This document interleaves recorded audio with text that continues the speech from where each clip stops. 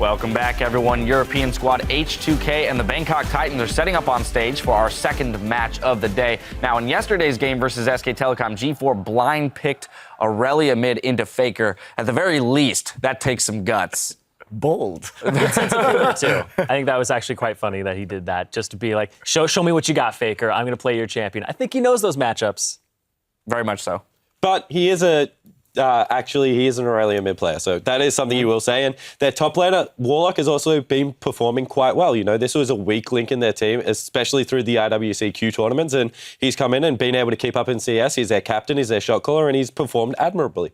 Yeah, I have to agree, except for that one kind of failed Maokai W, but other than that, he's been the only guy on his team that's really been holding up at this tournament. But did the creep die, Monty? That's all I want to know. It took a lot longer than you Eventually it died, yes. No, I don't know how many people actually use target champion only button. All right, moving over to H2K, though. Taking a look at their top laner, Odoamne, played Fiora yesterday. Yeah, he played Fiora in a rather good matchup for him against Amazing J's Darius, but he performed very well. He was taking a lot of pressure. 3 people would come up to him, and he would just put them on a merry chase and buy a lot of time. So Odoamne, as the shot caller for H2K, has been doing a lot of good things for this team. See if he can just up that and get his team on the same page for this match. Yeah, and one thing I want to shout out to H2K about is that their early game for a team that hasn't got a fantastic jungler is actually looking very, very solid. So across the board, their first 10 minutes of the game actually looks like they're on the same page and very together. Well, and speaking of junglers, they're not going to be up against much of a challenge here because 007X for the Bangkok Titans, he's not much of a secret agent. He constantly face checks things alone and dies. So I'm putting this guy on burn notice right now. He's got to improve if they even want to have a chance against H2K.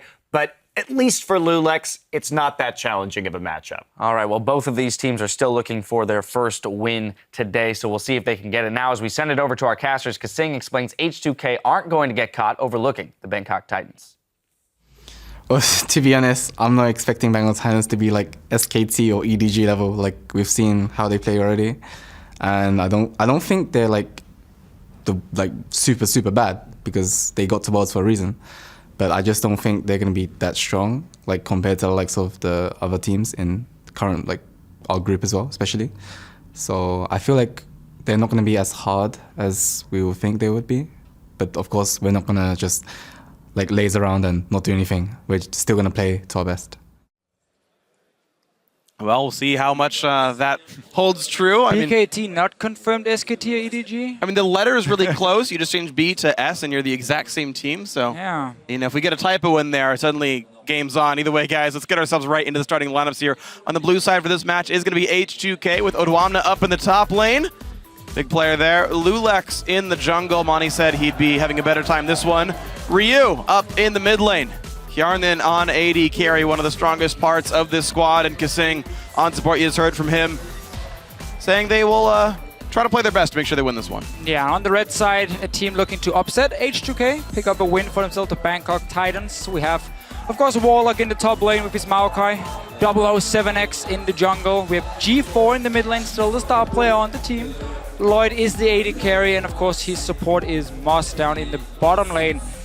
A team, though, it's been very difficult for them to do anything, but same for H2K in this group against SKT, against EDG. We were not expecting a whole lot, and now really this is the test, I guess, for H2K, for both teams. Like, this is your chance to pick up a win.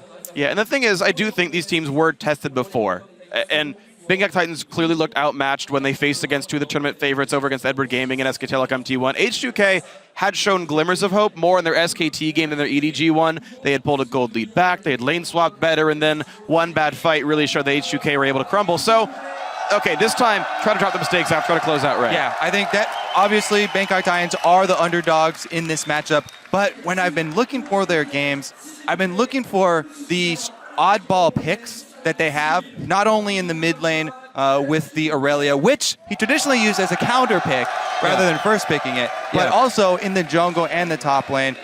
They've used a lot of champions that people, when the meta has settled, have not valued as highly. Things like Sejuani, even after she has been long gone from all of the regions. In the top lane as well, one of the only guys playing it. Mundo even in the international wildcard, so.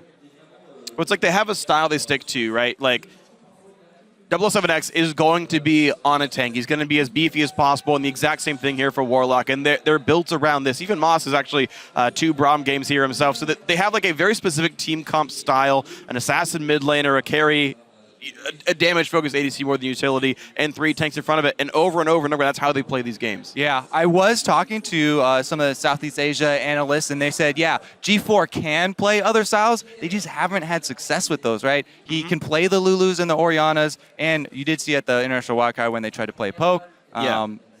Maybe the rest of the team can't quite play around it as well. No, but he's the main carry. So do not put him on like a Lulu or anything, like, because he's the guy you trust to do well. The problem for him again is mid lane is super stacked at this World Championship here. Ryu in this group, obviously we would call the weaker of the mid laners outside of G4, and yet he's a fantastic strong player. So there's no easy matchup for G4, no easy game where Bangkok Titans can say, let's just try and camp that mid lane. It should work for us. It's too predictable for these teams here who has multiple play styles, who have all the up-to-date picks as well, and that's why it becomes so difficult. And we often see these early games where it's all or nothing. Like level 1, we saw G4 try and trade with FLICKR on an Olaf and just go all in basically. Just a really bad fight. Very bad decision, but it's the mentality, it's the style they have. They're basically just saying, if we do not get rolling in the first 5-6 minutes with some early kills, we can't really outplay the team macro-wise. And that's kind of true. I mean, this is what happens when you come in from one of the weaker regions, honestly. There's not a lot of competition for BKT to be up against. But a fairly new region in some ways. Yeah, they were split some of the half, servers right? are very new. Well, yeah, I mean, like a lot of it's almost like the LCK is now, right? Like a lot of their top players left, and now the LCK is the other good Korean players. All the Taiwanese teams left and joined the LMS, and now obviously it means that suddenly these guys are on the top echelon, but it still means that their good practice partners are now all gone because the LMS teams are all playing LMS teams because the competition's better, and it takes time to rebuild. Growth, taking time to rebuild is pretty hard. I mean, growth is going to be hard, and honestly, you can see just by contrasting the games, like these guys are dominant in their region, and yet how far away they are from the likes of SKT. Well, that's also a very high one you're comparing to. Well, but I mean that's what I'm talking about, right? It's just there's such a disparity here. Right. Yeah.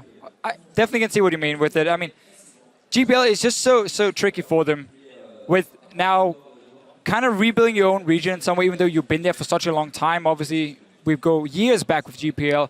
They did still manage to win the wildcard tournament, which was a big win for them. After a fairly shaky start to the tournament, they came back in the final and looked very, very good. And that's why they're here. That's why, again, they deserve to be here at Worlds as one of these wildcard teams. Yeah, remember they overtook Dark Passage, who was favored to beat them, and also the OPL Chiefs. So they were able to overcome some odds just to make it here. And, persevering in a bracket format's good, but here, unfortunately, they've only got 6 games to play for the Bangkok Titans. They've lost the first 2. H2K is the first one that I think they can have a realistic chance of success. Still an uphill battle, but honestly, like, this World Championship has been the World Championship of upsets. How bad Cloud9 looked. Hey, last year was pretty good for upsets in the group stages as well. But you're definitely right. No, you're right. You're right, actually. We've had one wildcard team win per year for the last 2 years running. Maybe this is one of them for this one. Maybe it's paying over in Group A. Hey, it is the team you have to beat, right? In this group. It is a H2K you have to take down. Still, H2K as a team, when we have watched them now in these 2 games against SKT and EDG, they obviously knew coming into this tournament how hard it would be to win.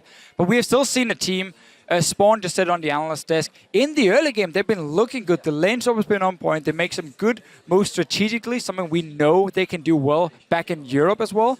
But then when it comes to matching, I feel often individually, like with your decision-making, they overextend, they go a little bit greedy, they waste the flash where they're already going down, and like all these small mistakes just kind of pile up, and you get punished by the world-class teams when you make those mistakes. That's the interesting, I don't mean to cut you off, but that's the interesting thing about mistakes here is mistakes only feel like mistakes when they get punished, right? When the GPL is a weaker region and the junglers aren't as good and the mid laners aren't as good, you can go for fights that work because you're just better than your opponent. When you go for a level 1 all-in against FLICKR, big surprise, you get punished when it's the wrong fight to go for. And unless you're kind of actually shown when these decisions are wrong, you very clearly will have some very bad decisions for yourself. So real quick, though, we are waiting for BKT to get into the game. We're working out some technical issues with that on the stage. So for now, we're going to check in with the analyst desk for a bit more in this game.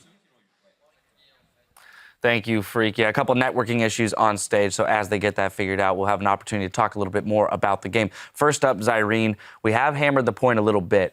Lulex in the jungle, underperforming as of yet in the tournament. What are you looking for in this game for him to improve on? So in both games that H2K have played so far, they actually had rather good early games, like Spawn was saying. But I feel like perpetuating that and continuing to do that is fine. But what you need to do is use that even further. You need to have Lulex, which I think is the big catalyst here, continue to push that. There are windows of opportunity, and he is not using them. He is not pushing what advantages he has and what opportunities he sees on the map. Identifying those and using it is what he has to do to level up at Worlds right now. And when we came into this tournament, we talked about the stat with H2K. If they were down by 1,000 gold at 20 minutes, they only won 1 out of 9 games. So you'd think that getting their early game rolling would be a massive boon for this team. And even when they've had opportunities to do that, they haven't been able to actually convert on those plans. And I don't know what the problem is. It seems like you can't just lump all this on Lulex, right? Because in that particular situation, it is his teammates' job to tell him what the cooldowns of those summoners are, when there are opportunities to create openings for him and get him there. To me, it just looks like they're not on the same page. Kasing is there ganking the mid lane. Lulex is nowhere to be found. These guys need to just talk to each other in the early game and be able to plan on the fly better. Yeah, that's the thing. Identifying the opportunities. They are not identifying them, and they're not jumping on them. So it's either one or the other. All right, well, with that, the technical issues seem to be resolved, so we're going to toss it back over to the guys for the call. Thank you very much, Dash. Great analyzing on the day so far. We're ready now to get ourselves into our second of 6 matches of the afternoon here. I've been saying night most of the time. That's incorrect. We're afternoon here in France, about 3 p.m. Champ Select about to begin. H2K looking for their first win of the World Championship here up against Bangkok Titans in the same shoes here, and right away, lessons learned, Rek'Sai banned away. And this could be the first game where we get a lot of these top-tier picks open, maybe even a Mordekaiser, because a lot of teams have some very specific target bans versus H2K. Lee Sin against Lulex and Thresh against Kasing is normally always banned away, and that would potentially leave some of them open. Yeah, I mean, you mentioned the Lee Sin with the 5 extra AD added back to Warrior. I thought we were going to see more Warrior enchantments upgraded here, but even in the previous game, Jarvan and Rek'Sai, 2 champions who could have both opt for the Cinderhulk. Still that late game scaling for yourself when it's so much about these team fights. For the teams anyhow, so far, no big surprise in the bans, except for maybe the Yasuo coming in. Yeah, respect for G4. Yep, that's the second ban this championship against him specifically here. Gangplank out the table as well, no surprise. It's actually following pretty much the exact trend that SKT had for their bans. They're the ones banning all the 100%. So I want to see if H2K is going to first pick a Thresh for Kasing if it's left open. They've done it before multiple times, even though there were other very strong picks in the meta open that other teams would value higher. They trust so much in Kasing being that big playmaker, and the Lantern is so key for this team because when they do invade, because there are often some miscommunication or some problems, that Lantern is kind of like get out of jail card you have, and it saves them so often. I definitely agree. It's huge for him. He's a great playmaker with it. I would also like to see H2K try and save Odoamne's pick for a while, just because he's been so good with the Fiora matchup when he gets to choose the matchup here with the counter pick. That being said, though, Warlock almost exclusively playing tanks. Mordekaiser's open. Mordekaiser's up. Mordekaiser's up. We got one! Yeah. Lock it in. You have to. We don't care about Kasing's champion pool. You gotta get that. Look at that smirk. Look at that smirk. Well, what's funny is H2K. Going. H2K is one of the 3 teams in the World Championship to ban Mordekaiser on the blue side, but it still means we're able to play it. Our first Mordekaiser of Worlds. And now we get to see exactly how Hyarna wants to play it. Let's just see the first 20 minutes here for H2K, how well they can use that Mordekaiser to take the dragon and get completely out of control. Yeah, let's talk about how you build your team around Mordekaiser. He brings so much pressure to the bottom lane, constantly shoving, and the extra experience he gets guarantees you're going to out-level your opponent, so you get to the level 6 quicker, and then you immediately take dragon. You can just chain objectives right after taking the dragon, use that ghost, run straight mid, open up the entire jungle. It's all about that early snowball. BKT, they need to take a lead because Mordekaiser is so good at pushing his lane, so if you give the other team a setup that's really good at diving towers, it becomes so easy to camp that bot, and H2K is not even going to think about this one. Massive mistake. Bangkok Titans is trying to take away picks, it has to be Elise. I know it's your comfort pick, Lulex, but Elise with Mordekaiser, it's just so easy dives, and then you take Dragon, and then the first 15 minutes is just set up for you to snowball. Yeah, people talk about, oh, Mordekaiser, all you have to do is gank him early, but both teams know that. This is competitive League of Legends, but the Mordekaiser team are also going to send their jungler down bottom, and if they counter gank you down there, then it just gets very painful very quickly. Yeah, so again, we see takeaway picks from Bangkok Titans. They're like, okay, we keep Mordekaiser open, and we take the Thresh away from Kesing, we take away the Gragas from Lulex, but Lulex would rather play Elise or Lee Sin over the Gragas. It's because they've been banned away. He's been like, oh, well, I have to go with my third option, I guess, then, and then he went for it. So they're not really taking away anything. Obviously, 007 have played quite a lot of the tanks, so maybe it's also just for him a stronger pick, but I mean, this is such a problem. Look at this here, Alistar Elise. We just talked about how getting tower divers with a Mordekaiser, we're gonna have a party in the bottom lane. It's going to be fun, but I mean, this is what I said in the pregame, though. BKT plays BKT style. They play their set of champions. They're much less about really stealing picks away. Some situations like the Thresh take right here being part of that, where they can, but really they're always going to play the same kind of style. G4 now, if he's going to play an assassin versus the team fighter, and I think he should play like an Azir or a Victor, something long range, something very control magey, so that... And wave clear. Yeah, so that Mordekaiser and Alistar and the pet dragon can't knock these turrets down. The thing is, you can't clear a dragon. I don't care how much wave clear you have. Throw all top, bring it back. Whatever champion you are, even throw your ultimate at that dragon at level 6. You're not going to be able to take down. It's going to power. That is, when I saw the design originally, I was like, oh, it's going to be a cute little baby dragon. No, that's a full-grown actual dragon that he gets. As soon as he hits level 6, then they take the objective, if they take the objective. Yeah, you need just something that can maybe slow down H2K in that early game. You know there's going to be so much action in the bottom lane, so lane swapping potentially for Bangkok Titans would be like, okay, maybe we can try and slow down the early game a little bit, like a freeze up for AD carry, make him a bit stronger so this Mordekaiser won't go that crazy, but he doesn't really care because then he's on the bottom side with Dragon Control already, just from that happening. So it's so difficult now for them with how they want to play it out.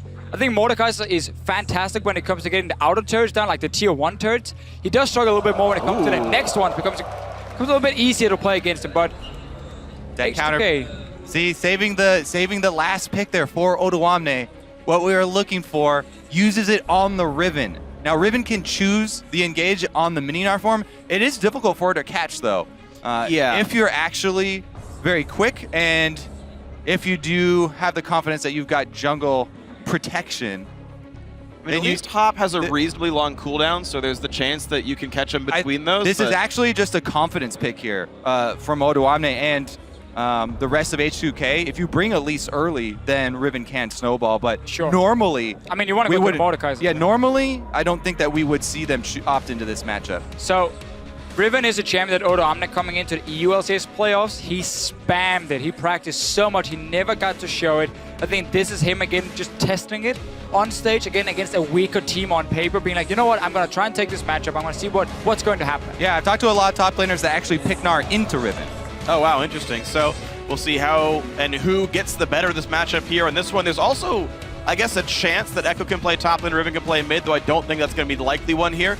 Bangkok Titans twisted fate for the mid lane in the last one here, so they've got a lot of pressure on these side lanes. So I like that pick. Again, wave clear might not save you from the big bad dragon, but at least it can help you a little bit. But then you have something now that can respond to the aggressive dives on the bottom side of the map. You have something that can gank a Mordekaiser and try and maybe keep him down in the early game. But this is also the second game now we see Echo being picked as the blind pick mid laner. Because again, he's supposed to be that safe option coming in. We saw it from EDG, we've now seen it from H2K. Yeah, this composition from H2K says they are not planning to get behind, ever. This is...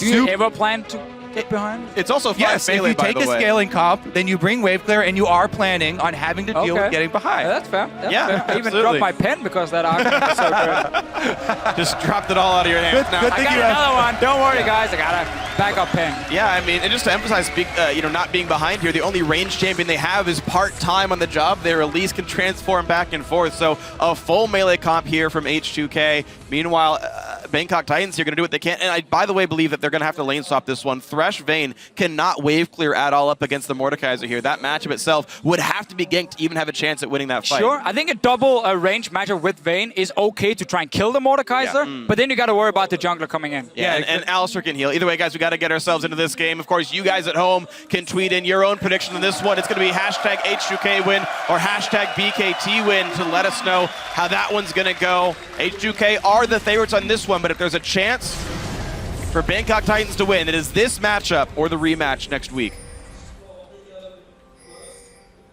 Didn't make it easier for themselves by giving Mordekaiser the perm ban champion until now. Are you excited, Deficio? Always excited for Mordekaiser. I can feel it. See, the thing is, usually when you're like, oh, there's a problem in the bottom lane, Twisted Fate is going to be a huge bonus for the opposing team because any bottom lane that's constantly shoving, oh, you're going to teleport down there. But there are double teleports for H2K to answer. Plus, by the time that Twisted Fate hits level 6, Mordekaiser will also be level 6. And you have to be very, very careful about ganking down there. The best thing about Twisted Fate is not that he can actually teleport down bottom in this case. The best thing is that he can reveal the positions of all of the H2K members. So you can see if Lulex is down bottom. And if he's not, then you can decide to commit. This is big, though. H2K is calling the lane swap. You can see where Vayne and Thresh are headed on this side, but look at Mordekaiser and Alistar. Oh, yeah. They're going to end up meeting it. And again, from what I've spoken to pros, there is not a 2-on-2 lane that can actually handle the hard push of Mordekaiser Alistar. Even if you can try, you get worn down too quickly. Yeah, so the thing that happened with Mordekaiser, when he just got reworked and there was no nerfs coming in for him yet, he could literally just push every single lane and out-sustain you. There was just so little you could do against him. But that has been toned down quite a bit. So I will say, lanes with like maybe a Kalista coming in, Kalista Thresh, Kalista Ken and so on, these lanes can take and kill him. And I think Vayne and Thresh as well, if you're a very strong 2v2 lane, can apply quite a lot of pressure, but as you say yourself, Freak, if they don't manage to take the good trades and try and kill him, he will just push them into the tower over and over and over. Yeah, to build on your point as well, Deficio, especially paired with an Alistar who started Coin, the extra mana regeneration on Alistar, he can decide to actually level up heal second, and the sustain on an already ridiculous Mordekaiser lane just comes so difficult to stop there because they have 2 heals coming from each other. So they gave Vayne the full camp at level 1 on the side of Bangkok Titans here. So you see Thresh is only level 1, but they're already looking to start trading, and you can see this again, it's a double range setup into double melee. So it is going to be difficult for Yonin to get in the middle of these minions here, and because there's a Thresh, once the jungle pressure happens, they can play super aggressive on the side of Bangkok Titans to try and lock down this Mordekaiser. Yeah. And look for the play right there. Good play by Moss. They were aware of the level 2 timing of Kasing. H2K did not get into that one just yet. Moss still level 1, just has Flay. Yeah, and because Kasing was actually looking for the level 2 all-in right there, he leveled up Headbutt immediately to try and go for it. So the sustain from the heal won't be there until the next level. That'll be a couple of waves from now, so we got to track the junglers, and right now it's both of them actually on the top left side of the map, so they'd be on call to react if something did happen up there. Both junglers going to end their routes on the top side as well, and that does leave the bottom lane isolated. This Riven matchup, anytime you feel if you have a skill advantage over your opponent, Riven is the champion to pick to try and abuse that and snowball early. It's 11 CS up already. He's got literally 4 times the minion kills. Lulex tries to steal the red buff, can't quite do it, but still trying to push 007X out of his jungle. Misses the cocoon, expects the dodge, or maybe just misses. But he can make this very aggressive play because both the top lane and the mid lane has been pushed into the tower, so it's very easy for H2K to spot when the moves are coming from Bangkok Titans to send in some help, and maybe even deny them some CS by trying to go in and zone them on the way out. We saw it both from Ryu, and we see it up here top lane. Onto a Thresh. Ooh, very early flash being used. Had to, he's going to get pulverized. That would have been probably 500 damage he takes over the course of that. If you have your potions and a heal though from Lloyd, I think that flash is so important to keep to make that play once your jungler arrives. But again, you also pick the Gragas in the early game, so you are very afraid of where Lulex is going to be. If we see an all-in from Bangkok Titans on top side and Lulex is there for the counter gang, it goes so heavily in favor of H2K. Well, something to be concerned about then.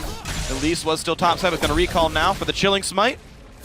Normal par for the course there. 2 wards picked up for Lulex as well, so providing some vision to prevent the counter ganks. 007X on Gragas is actually hiding around the top side turret right now, though. And maybe, just maybe, they go for a play with this one. Well, we expected the They're not action. going to dive, so what's he trying to do there? Well, I wonder if it's the lantern play, but again, Mosh just Without used the flash before so defensively so quickly. So that big play potential is kind of gone now, making it even easier for H2K. Yep. Jungle efficiency, strike one for 007X. Has wards, has already recalled, but falling far behind Lulex. Yeah, and the biggest discrepancy is actually in this bottom lane. Odoamne was able to get the early control of the wave. It's going to be very hard for Warlock to get it back. Ryu going aggressive. Gets the shield, but the Vital Slam's still going to land. Good damage. Flash Force. The wild card still hit too, and Ryu, 10 to 200 health. A little bit of mistiming in from 007 here. G4 had already used everything he had and only had mana for one more spell. And just flashes forward, but obviously he didn't expect Lulex to be nearby, and therefore he backed out from it. So a lot of flashes being used early on from the Bangkok Titans, and H2K didn't really get punished for it. Yeah, meanwhile, you're keeping track of the jungle here. Lulex made his way up top. Lands the stun. There's the flash pulverize. Headbutt him backwards. Exhaust on Yarn. Doesn't mean a whole hell of a lot. There comes rest Give of it the a team. Mord. Oh, Kaiser gets it. And that's the thing here. You use that early flash where you didn't have to because maybe you're a little bit nervous. You don't want to risk giving up a first blood. Answer down bottom. Instantly though, we just come in with the gank and there you go. Flashless Gragas, not going to mean much though. Odoamne's totally safe. Even gets the ward up right after he leaves, so no return here. Plus 10 CS with 5 left in the wave. Yeah, this Even proxying up top here. This could is get out bad. of hand very quickly. Mord now level 6 as well, so if they take the turret, and swap the duo down bottom, we will get to see our first Dragon Ghost at Worlds. Great start for him. Obviously, we're expecting Yanin to go for the Rylai's as the first item. And now, level 6 for G4. He can come and join the top lane fight. He's going to try. Where's the target? Cocoon right on time. Nice headbutt into the pulverize. Buys a bit more. Yarnen's on the way out here. Minions stunning him against the wall. There's only one minion left. That's another stun. Yarnen has to flash the wall, but there's no chase to be had. Ryu actually used his teleport and canceled it. Just Did too he far just go back. to the mid lane? He was trying to TP to the minions who were still walking towards the tier 1 tower of Bangkok Titans. So probably realizing he wasn't really going to be able to join the fight. In the end, some flash is being used from H2K to get out of this one. And first ulti being used from G4 to apply some pressure against that Mordekaiser lane, who was, to be fair, standing between 2 towers already. Yeah, it's true. So a bit over-aggressive, but really no punish here. A 1,400 gold there it lead. is. Another trade Odoamne into Warlock. Yeah, you want to go for the trade when he's in mini form. Warlock trades back very well there, though. Warlock's winning in the potion game. Odoamne's going to have to recall fairly soon. Didn't like that engagement mode Omni because we're so close to Mega now as well from Warlock, so the only thing you would ever be able to do is just 1 or 2 hits, but then the return damage will always be greater than Warlock in that case. But he's still winning the lane Yeah, quite handily winning the lane. very easily. Anytime that you do see a Riven in the game, it should attract a lot of jungle attention. But what if you have a Mordekaiser? But exactly. Mordekaiser takes priority. And they actually didn't get the turret, so that's a good thing for Bangkok Titans. The turret didn't go down top quite yet. Yeah. So I don't know if H2K will actually swing down for that dragon until they finish the job. They can just easily, Odoamne can try and just push out his lane, go back and shove, and then go to the top side of the map if he wants to, if they want to swap around the lanes, because obviously Bangkok Titans will have to try and respond as well, because they don't want to give up that early dragon pressure. But for now, everyone is still happy just staying in the lanes. Janen's already gone back once, and is going towards that Rylai's. And for those who want to play Mordekaiser like the professionals, tracking his builds and whatnot, has CDR per level glyphs, ability power Quince, he went cooldown boots right away. So pretty ability power focused so far in you know, ability spam focused as far as the build's concerned. That's going to be the build. We're going to get an Hourglass later from him as well, and maxing the Q first instead of the W. So want that single target damage coming in from the Kaiser. The King of Death, if we were in German. Well, he's the king of kills in this game, 100%. Man, what a beast. 1 kill. 100% of all kills in this game have gone to Hjarnan. Best part of Mordekaiser is still the bonk noise on his third Q attack. It's the most deceptively threatening sound Yeah, in the it game. actually is kind of interesting because... Okay, well, let's see here. Nice Lulix repel, does though. get forced out. Dodges the wild card, and Ryu's coming around. Another stun's gonna land, and forcing the flash to get away from explosive cask. We're seeing still, glimmers of hope for your Bangkok Titans. Certainly one of the closest game they've had so far at Worlds. Yeah. So, anyway, speaking of tricks from Mordekaiser, he has very few tricks because, he's a fairly straightforward champion. But one of them is to charge up your first 2 hits of your Q, and you'll just look for the only flashy play from a Mordekaiser is a flash third hit from Q, and you get this very, very satisfying noise, and you'll usually get the huge burst kill. Yep. So people, that's one thing to watch out for. The other is, of course, the speed boost from your W. If you put that on whoever's initiating on your team, try and get you in there. Just a warning for everyone trying to make that play Kobe just talked about. It requires 0 mechanics. Hey, you got to flash auto attack there. Some people flash auto attack the wrong thing or flash twisted advance the minion. Man, that's going to be what Warlock is known for this World Championship. bad. That one play. He was good yesterday in the game against EDG, SKT. Oh, wow. Just by walking forward. Lux wasn't even in range yet. They forced the teleport from G4. Had home guard, will land in the stun, but a 3-man pulverize says hello. G4 is going to be the first ghost of the game, and here it is.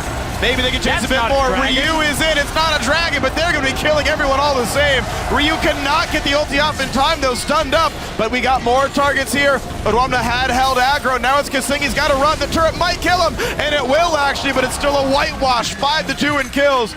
A double for Warlock, but way more for H2K.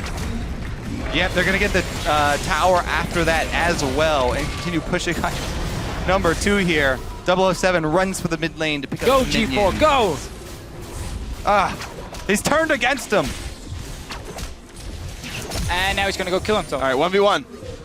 No! Oh, he didn't kill it. It's the ghost. H2K, Hey, it keeps home guards, though. He's going to be belting out of that lane. Let's see again what happens here. So, Bangkok Titans looking for Kasing, but again, it's onto the Alistar. He doesn't really care. 3-man knock up. Everyone is here from H2K. TP's coming in. Loads of them in the game. Now you have the Ghost. I mean, from here on out, it's almost impossible to fight the Mordekaiser. Once you get that early Ghost, then it just becomes a massive dive fest. Yeah. They actually could have pulled this off even a bit better. Odwamna could have kept doing damage there. Stays on the outside, and after he drops turret aggro, it goes on to Kasing, who can't take more than 2. Now, yeah. Another attempt in the bot lane, though. G4 trying to make the play. Flash stun. They caught Odwamna. Do they have enough damage, though? The flame is not hit, and he's running for his life. Yarna gets a kill. Now there's a Gragas Ghost trying to wreak some havoc in the backside. Here comes Ryu. Traded 1-for-1 so far. Lantern keeps him safe. Kasing can't get in. All right, so far the Ghosts here, they're growing in size. We had the Twisted Fate first, now the Gragas. We need a Dragon next. I mean, it's so disappointing. Yeah. Maybe a Mega Gnar. Might be bigger than Gragas. Would that stay in the Ghost form now? I actually don't know. I've actually never gotten a Gnar Ghost. Sorry. Have you ever played Mordekaiser? About 8 times. Are you lying to us, Brig? No, I've played a Keeping secrets. single-digit number of Mordekaiser. Yeah, I don't want to actually let it be known until the finals. Then I'll bring out the real Mordekaiser knowledge. All right, I'm going to go ahead and guess that it does not transform. All right, But that's all I got for you. good guess. We'll find out. I'm sure there's plenty of tweets about this one. I'm sure the match has been played before. Either way, though, H2K just turning the screws as best they can. Bangkok Titans have gotten themselves a dragon, and they have gotten themselves 3 kills, but H2K are doing nicely for themselves. 6 kills, 4,000 Number build 3. up. Bonk! I love it. G4 getting really pushed around to this lane. He's been able to assist the others fairly well. Yeah, early cooldown But getting reduction pushed around. boots for himself, so he's been using more time in the side lanes than he's doing mid lane right now, but that's basically what he needs to do, and just try and get some kills for the team. You said to yourself earlier, Freak, there's been more action for Bangkok Titans and more, should we say, normal fights, and not just these crazy all-ins one-on-one. They've been trying to coordinate as a team, but so far H2 have been ready to respond, and it's all been around the Mordekaiser, who's sitting on 2 kills and 4 assists. Oh, Ryu. Oh. Baited. I have a better guess for the Gnar interaction, by the way. So, okay. Oh, hold on. We're gonna Say have a it fight. after. Yeah. We're gonna have a fight first. Who wants to open it up? 007 does. Knockback out of Lulex. Repel gets him not very far. The box will hit. The kill comes through to Lloyd. 1 on the Vayne. Hook goes wide. H2K looking to still push 4v5. Bangkok Titans used many ults, but they've got a Mega Gnar bar. But they've also got a Riven behind them. Odoamne decides not to 1v4 try and cut them off, though. That's not a proper Riven player. Yeah. But they were driven away from the turret, so all well for H2K. 3 kills to nothing. Turrets to nothing, rather. And all's well. Okay, so Story time, Freak. Hit me. Mordekaiser Ghosts always inherit character passives, Okay. which includes things like Narbar. Yeah, yeah. So he can actually turn into Mega Gnar while a ghost. But how would the ghost... Okay, I get It auto attacks, Sure. it takes damage. Does Yeah, does no. Tryndamere Ghost charge up Yes. Rage and get critical strike? Rage is that? Yes. All I'd right. say yes. All right. So we need people to tell us the Freak is lying to us because I mean I feel like he's giving me a lot of hope Wait. here, a lot of cool No, information. The but passive is the when you're low. No, Because no, the passive is the your rage your generation, resource yeah. bar is definitely different from your passive. Yeah, Okay. yeah, but I mean, part of the character script is literally what your resource bar is. True enough. Yeah, you inherit like char.ini. I like the bold statement though, Freak. Yeah. Stepping out there. I mean, I was in Riot like when we made Mordekaiser, so I'm actually aware of like some of the scripting behind the champion. You were in Riot in the building? Yeah, I mean, I worked at the company by then. Yeah, production tells me I'm on target, by the way, so all is well. I really hope you're still might be a wrong time about better all this behind me, though. Mordekaiser stuff. I don't know if I should stay on target for too long. Maybe it's gonna go badly for me. All right, the 6,000 Bangkok Titans still. I mean, Yeah. again, they keep trying to look for these places. All 5 members coming down, just trying to look for fights. I don't think Yanin minds too much, though. No, I mean, he's just happily pushing around, being level 11, tied with his other solo laners here. Kasing, by the way, I actually want to point something out here. It feels so bad when you're Mordekaiser and your support roams, because you can't use not only your relic shield, but also the W, which is like your main skill. He's actually it did get changed. only so 1 point in the W. It barely does anything even solo. It's a bit better, but it's still pretty crap. 007 forced to run away. Kieran is 1-pointing the W, by the way. I feel like after we called out, he wasn't playing a lot of Mordekaiser. He's just showing us all these cool things. Really trying to one-up. Like I said, I've played 8 games of Mordekaiser. Laning is something I'm aware of. Killing a Gnar, I'm not. I do know that the Zhonya's rush second is a bit odd. Yeah. The cooldown reduction is really important for him, so you can definitely see going for the cooldown reduction boots. But it's an interesting choice actually going for the Zhonya second. I think it's fair enough, especially when you're getting really far ahead and you're already gonna have so much damage. If you're just gonna be unkillable at the same time, you can play super aggressive. Obviously, H2K's lineup, we have the Talisman on the Alistar, so it's gonna be a pop that we're gonna see 3-4 guys to try to dive in on the back line. Lloyd is gonna be a target probably every single fight, and if you get that Ghost for the Mordekaiser, it normally is a guaranteed win in these team fights here. I mean, I do like AP heavy Mordekaiser. I think it's actually one of the better choices in build. for sure. And AP Sure. items, I'll give like the same amount of AP for the same amount of gold. So, of the AP items, Riley's first, then Azonia's, I feel like makes sense. It But does. if we see more Mordekaiser, maybe there's going to be better builds coming out. I mean, there's a lot of different things you can build, and often when you have a champion that you consider so strong, one of the big things is that you can often build a lot of different items and you will still be very useful. It just depends on the situation. Are you against heavy AP? You go for a Business Scepter maybe for yourself. Do you want more movement speed? A Twin Shadows. Drop my pen again for the second time. Abyssal Scepter there is definitely one of my favorite items. It's so cheap and so cost effective. Especially since Mordekaiser is melee, is going to get right into the thick of the fight. Really get a lot of value out of that AoE. Meanwhile, Kjarnan just happily farming off on the side. Trying to be the brains of the organization. There we go. Nice cocoon off on a Moss, but just building max CDR. Actually, no team out on the build. No lifesteal either, but Black Cleaver and a Brutalizer. Even though he's got no physical damage to support, still wants to shred a bunch of armor for his teammates in some way. Here we go. The first Dragon Ghost of the game for H2K. Yeah. The dangerous thing about, it's really hard for Bangkok Titans because you don't want to have to go through the jungle to fight that dragon fight, but if you don't, then the dragon's going to come straight up mid lane, and you're going to have a real problem defending your turret as well. So almost giving up like an objective and a half. All right, let's see what they can use it for. Looking for the mid lane, but that wave got cleared. Lich Bane already done for G4, so his single target damage is much higher. I took some damage already. Down to 3,100 health. And nearly kills a bunch of caster minions. Well, they just need to get him over to a tower. Start pushing onto it. Oh. Want to make sure it doesn't go down. Playing very safe with it for now for Yanin. You know what's interesting? We talk about new champions and players having to adapt to new things. How often do minions have to face dragons? Like, this is a new experience for the minions as well.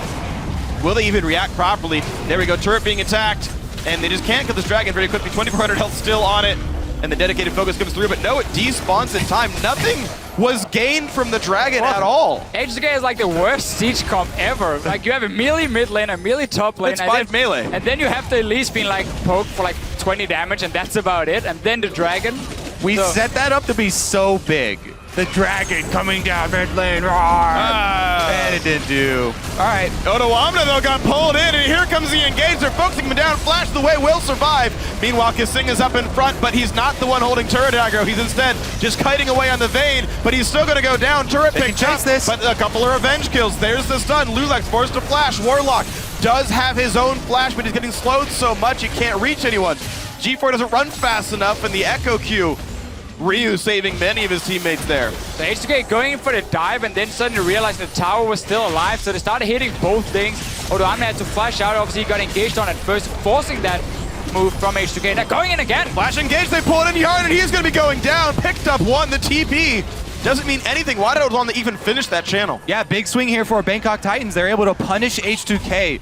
It's a fairly severe mistake right there, and they do give up the mid lane turret. First turret there for Bangkok Titans is going to give them a little bit more gold to work with. 100% kill participation on the Thresh. Let's see what happens. It's him pulling Odoamna first, so he forces the dive, the move happening, but tower is still alive. And it's very hard for all these melee champions now to get back here in the back line between two towers and really fight with Bangkok Titans. So much time to take down Kasing. Not enough movement speed then for the team to catch up and get more kills, but then of course took down Yarnen a little bit later. Yeah, multiple hooks there from Moss back to back. I just want to point out that even though the gold lead is still 5,000 apart, Bangkok Titans are equal in kills right now, 22 minutes into the game. And Mordekaiser is a pick that is insanely strong if you look at the early and mid game and what he can do with these dragons here, taking down the early towers and get that massive gold lead for your team. But late game, it becomes very difficult for a melee champion to carry, like an AD carry. Oh, Kasing takes the hook. Beautiful play, carrying the game as much as he can, and now it's time for the second Twisted Fate Ghost. A body slam comes in, and now Lloyd in the back line's doing what he can. Ryu gets a lot of punishment there. Bob's going to go back in onto Warlock, but he's still going to hit. He's going to have to rub it now. Moss is beset, and Odoamna gets the kill. It's a 2-for-0. Opens the game back up for H2K. Make that 3. It's going to knock down 007X. Kasing with a huge counter engage right there, saving Yarnen and turning it around for an advantage. Bangkok Titans are going to have to retreat now. And it's going to mean that Baron is the easy target. Sadly, for Yarnen, there will not be a Baron Ghost. It's not how it works here. He'd be stuck in the pit anyway, wouldn't do anything. Well, you can send out G4's Ghost again, just to be a little bit annoying. G4 is pretty low, not that it means much. Gets revenge on himself, and now Odoamna on the chase. They have picked up the kill on Echo, but Barons would have been picked up, so H2K has this one. And re-engage with Warlock, buying some time. What can they pick up? G4's got to be a bit careful. I guess there's no range champion. It's really like only Elise can project threat. Baron picked up 1 kill for a BKT, but H2K should be able to take a lot out of this. Second time G4 has to face his own Ghost. Kill it. He's come out on top both times, so. Both Ghost times of he's his been winning, past. for sure. I mean, so his performance on Twisted Fate, we talked about it earlier how he's not been spending a whole lot of time in the mid lane because he's been so busy just being part of every single fight for the last like 15 minutes in the side lanes. That is why he went for the Twisted Fate. And this team has been able to, not by no means match H2K, but at least have a lot closer game against them compared to what they had versus EDG and SKT. So it is what you expect when you look at the skill levels and the origins of these teams. H2K actually another team that just last year were in the Challenger Series. In fact, very few of these players had professional careers before. Yeah, a team that joined the LCS and lost their star player in Fibbeven. And there was a lot of talk, what could this team do?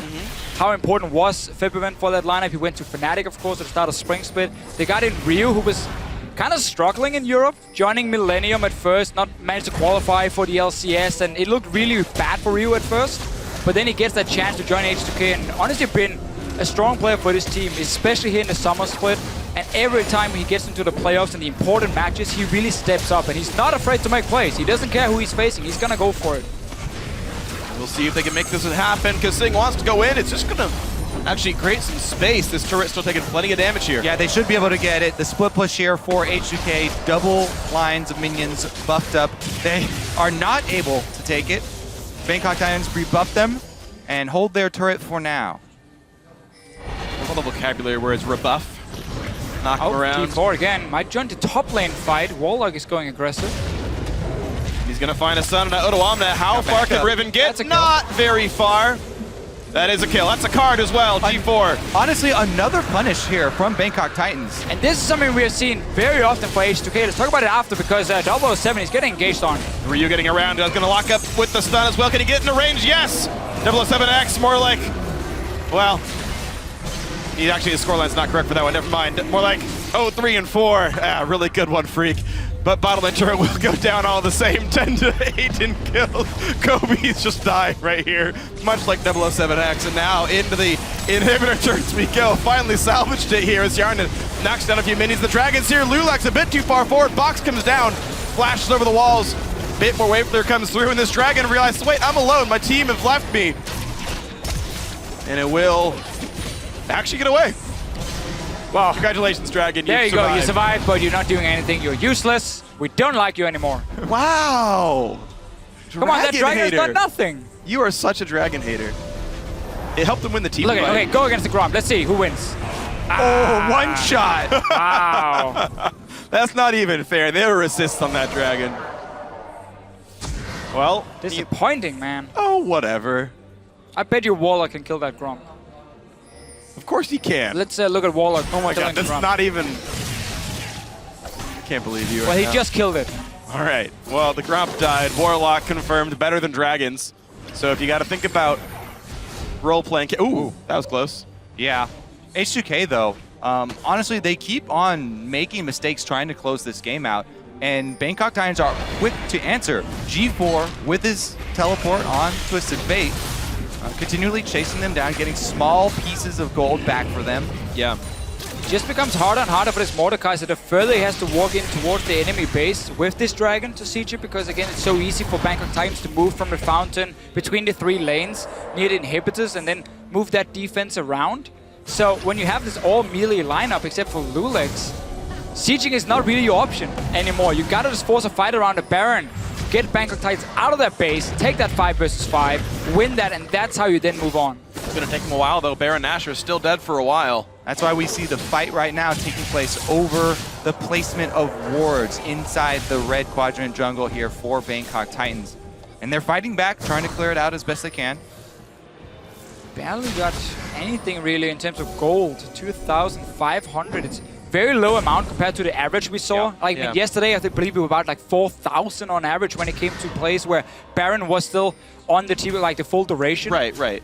That was one of the biggest ones, certainly. That's about the same size as the first SKT one when they were playing really slow. Lloyd, though, getting caught out. Who's going to miss? He expected to be somewhere else. And here comes TF. Lulex going to jump around a little bit, but still going to get knocked down. Here comes the Riven, but not doing nearly enough. Odoamne forced around, but Ryu into the front line really wants to kill G4. So just popped on both sides. Back in they go. A big knock of Meganar to answer, and they're routed, though. H2K doing so much damage. Bangkok Titans have to run from this one, but they're still taking turret damage. Sharna can't quite do enough. The jump back in. The stun hits Ryu, and back in goes Alistair. They're killing everyone back and forth. Warlock running. Odoamne does not have aggro, so it doesn't matter. The TB coming in. They don't kill the turret. Yes, they do. They stop it, and Moss goes down. Warlock's next. Almost everyone. It's everybody dying. Getting that tower down and canceling the teleport was so key for H2K, but once again, they engage on, or they start a fight. Yana was running from mid lane. He wasn't even close. And Bangkok Titans, they're keeping it very even in these team fights. Yep, but now H2K are going to be able to 3-man take down this inhibitor turret. And G4 just has to throw cards from a distance. Wow, queued up the stun perfectly. Goodbye, G4. There's the ace. There's the H2K swag coming up from Kissing. He is playing absolutely amazing as an individual here. And he's leading his team to a lead. Saving the team every time they get a little bit too deep or step out of line. Kissing is here to create a play. We talked about Ryu before, how he joined the team when they came into the LCS, replaced Febiven. We didn't get to see too much from H2K in the start of the spring split until Kissing joined. And we got the whole Kissing effect. started. They won so many games in a row. The communication just got so much better, and of course him as a playmaker, finally finding a team where he could really shine, where the teammates trusted him. And he's been a fantastic support all year long. He's been great. He's going to find another one here. Moss just going to get hit by so many stuns, he's barely able to flay before going down. Ryu takes him down, but the shield keeps him all right. The AP ratio helping on this one. Mid lane can get cleared, but Baron is back alive, and Bangkok Titans are missing their support. Yeah, H2K gonna try and bait again here. They start up the Baron to force Twisted Fate ultimate. Going in for Ryu up top here with G4. Well, bit of damage back and forth. Ryu's gonna hide away, but here comes the engage. 5 versus 4. They look for Warlock, Chilling Spite to get the slow. Odwamna will land the stun, and everything else, they just pile in there. And it's time to keep on pushing in this one.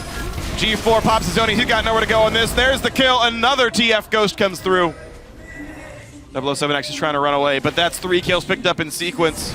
Another successful bait there for H2K. Grab themselves a couple more kills, and they're gonna return to the Baron. 007X still alive, doesn't have flash, but he can try and sacrifice his life and go in there for a steal. Would you be able to do it, Kobe?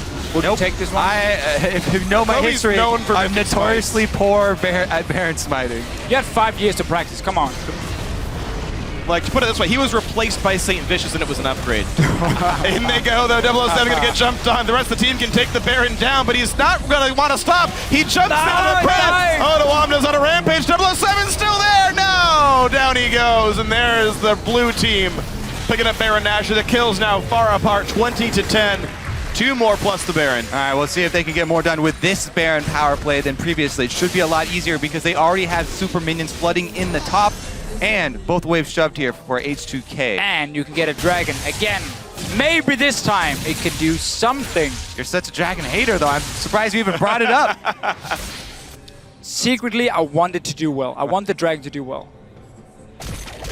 Positive reinforcement Yeah. from Deficio here. How to train your dragon. Hopefully next time the Baron power play can be gold earned plus Dragon Ghosts. I mean, this is gonna be the one. What's the Dragon Ghost power play? That's what I want to know, you know, over the course of this game. So they didn't get a mid tower, or they did after What about the fight, but G4 play? Oh, dear Lord! He's going to go down, and he can just run and hop and skip and jump away. Pops the H2K swag, but it's not going to be enough. A shutdown comes through for Lloyd. The unseen Quicksilver Sash is indeed the deadliest. If you go in expecting to have the stun lock to work with, Odwamna turns it around on him real quick and able to pick up the kill. He does end up going down, but it allowed the shove here from H2K. They're inside the base. Another inhibitor going down. And if you're looking for a stun lock, unfortunately, it's still Mininar here, so he can't have one just yet. A nice zone as Ryu buys some time. Mid lane goes down to the Dragon, and now that Dragon is into the fight. Moss getting chased down by Ryu shouldn't be a hard one for him. Hjarnan steals the kill away, as is his right as the Mordekaiser player. Big engage from Kasing, knocks up 3, and the Dragon is still chasing the enemy AD carry. Lloyd's got to be careful, and down they go, a double kill. The Dragon value is big on this one. All is well. There's a triple kill. They're going for 4. Now will it be the pentakill? Go, Dragon, go! Mordekaiser. The Dragon takes it. In they go. Warlock says no. A double kill for him. Hjarnan tries one more time, but it's not going to be happening. Odwamna just not good enough to give his Mordekaiser a pentakill. There's the Warlock stun lock. Gets the shutdown. At the last minute, they kill away some of H2K, but it's not going to be enough. There's the Nexus. There's 1.5 million minions.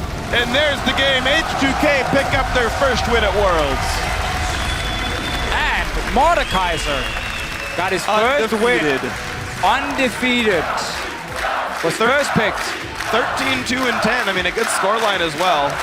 They played around him pretty well. I think this entire game was just one big team fight around Mordekaiser. Yeah. No matter where he was on the map, we would just see everyone be there and try and fight. The Dragons wasn't the key thing here for Left something Mordekaiser. to be desired there. Yeah, well, Bangkok Titans tried to test H2K's mettle, but Mordekaiser is the master of it, so unsurprising that H2K came out victorious here. And that's going to do it, by the way, for all the Week 1 games for these teams. Now, every single team from Group C is on break until the next week's group stages. And these guys now have about 4 to 5 days to prepare everything back again and say, okay, here's the last run of the group stage. Bangkok Titans 0-3. Sure. Not a good start. H2K still have to hope for that one kind of upset. Yeah, H2K can go back and still rewatch like the SKT and EDG game and say, what did we do well? Let's try and do that again, but where did it go wrong? Were there a few openings we missed? Weren't we confident enough? You know, was it the pick and ban phase? Because they're still obviously going to chase towards getting that second spot, getting out of the group. Let's just say EDG loses again to SK Telecom. Suddenly, that one match is going to be so key between H2K and EDG. Yep. But it's obviously still going to be so difficult for Bangkok Titans. I like that we saw a different kind of game from them. This was not the, hey, let's just have a bit of fun and try and go all in. They legit had a strategy and tried to shut down the Mordekaiser. Yeah, they did what they could with it, but unfortunately, like, Kasing stopped all of it. Like, if there's a player I'm going to watch for, I mean, Mordekaiser's fun and all, but Kasing played out of his freaking mind that game. I mean, he would pop his ult while headbutting to break a stun so that he could flash pulverize afterwards. I mean, so many amazing plays. He would turn around and walk back into a hook, then ult it, and then go kill Moss. Like, just, this game is honestly a Kasing highlight reel. The Kasing effect, you talked about it earlier, but I mean, his individual plays at such a high caliber. I'm actually really glad he's at Worlds. Well, I'm Completely happy too agree. for him because he deserves it. Looking at just his overall performance all year long, people would highlight maybe towards the end of Summer Split and playoffs, he went down a little bit in terms of level, but so did the rest of the team. It was like, I think, to me, it was the entire team who kind of dropped. Now they're obviously trying to pick up the pieces. They are no longer the top 2 team in Europe because Origin took that spot and showed that yesterday as well. But they're just still trying, and coming into next year, still a very young team, probably first year for him as a coach. There's a lot of things here working for them and a lot of things they can still improve on. And they're very good early on in the game. Their first 15 to 20 minutes actually is one of the very best in the league. Their lane swap game is good. They understand that decision tree. It's when it gets beyond 20 minutes. Monte Cristo quoted a stat about H2K that they're 1-9 if once they have 1,000 gold deficit at 20 minutes, because that end game is not good for them. We saw the evidence of that in this one. How long it took them to close the game out. Right, all the Dragon Ghosts did very little, as you were happy to point out. Their sieges, and their dives often misfired here, despite the big leads they were having. Meanwhile, Lulex and Kasing are preparing for that interview with Shox right now. We will speak to them in just a moment. All right, so what are our final thoughts here about these teams? We're not going to see them for a week. We saw the end of the Edward Gaming for SKT match. What's Group C going to be like? I don't think we're going to see any more Mordekaiser in Group C, but EDG sitting very comfortably at the top, undefeated still. Yeah, SKT taking them down. Yeah, Sorry, Gaming. excuse me. Yeah, no, I know what you meant. SKT, EDG, you know. Yeah, they're But- basically the same team. I mean, this is what we expected coming into the group. SKT, EDG fight for number 1. Yep. H2K try the best to maybe keep up, and then Bangkok Titans probably coming in and having a tough time in every single match. So I'm just happy to see more of a serious game for them as well. Pick and ban wise, and the way they played out the early game, and how they tried to challenge H2K and did make it easy for them to just go in and close the game. The continual plays from G4, constantly using TF teleport to try and make plays, to try and punish H2K every time they did offer an opening. So that was his attempt there. We're going to see what else these guys can do next week. But for now, we're going to check in with Shox, who's standing by with some of H2K after their first win at Worlds. Thank you. Yes, more specifically, Lulex and Kasing after that victory of H2K over the Bangkok Titans.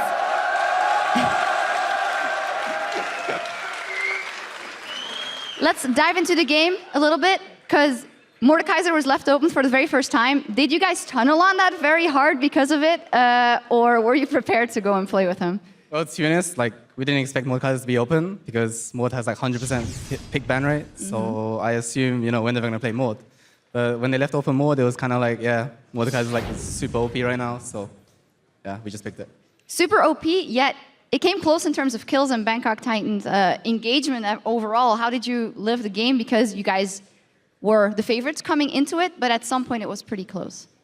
I think it just comes to the fact that we didn't get much practice with Mordekaiser in scrims because it's usually banned, but since it's 100% banned, we just felt forced to pick it. And I mean, we just knew it was OP. We just had to place the comp right. They got the first Drake. We just needed to get the other one, and it happened. So A lot of 5-man knockups by Alistar helped a little bit as well, Kasing. Just a bit. Just a little bit. Stepping away from this game, you're now 1-2 in this group. It's safe to say that you're total underdogs in this group that is very heavily stacked. You guys went to boot camp in Korea after the group draw. You tweeted, I don't know if it was serious or not, you guys tweeted, well, it's over, boys. GG. Has that changed at all? Because honestly, you put up a decent fight versus EDG yesterday. You have a win here, and you have some time to practice now. Well, I don't think it's completely over because we have to play the game, so it was actually over. But I mean, at the time, we were just very good because we had SKT and EDG. But I still think we can maybe take off a game from one of them. But hopefully, we're lucky. Yeah. Lulex, what do you think? Yeah, I mean, in the day of the announcement, we were a bit depressed and stuff because this was really unlucky. But then we reminded ourselves that it's just a best of one and anything can happen. So we just kept on trying in Korea, and I think we have a shot. Obviously, Lulex, for you personally, there was a lot of criticism on your play from all sides coming in at the end of the season. How have you personally dealt with that? I just try to ignore it, honestly, and just try to focus on my game and improve. That is the best way to handle it. And with all of that, you still had all the fans here chanting your name. Rather, is there anything you'd like to say to them? C'est la première fois que je joue en France.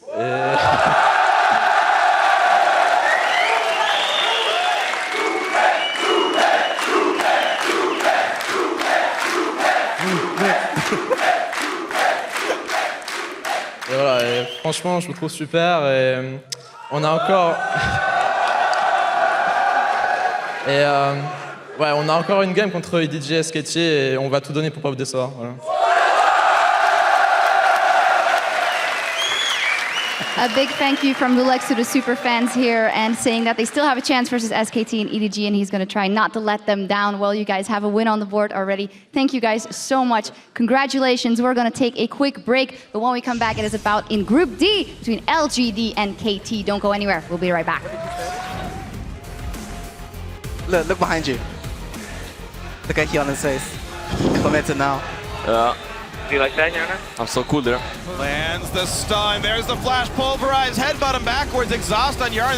Doesn't mean a whole hell of a lot. There comes rest of the team. I get you. Fight. I'm not cool. TF. He finished TF? Okay, good. Go back. Finish. Oh, no E. No, he has no T. Carry. The TB coming in. They don't kill the turret. Yes, they do. They stop it, and Moscow's down. Warlock's next. Almost everyone. And down they go. A double kill. The dragon value is big on this one. All is well. There's a triple kill. H2K pick up their first win at Worlds.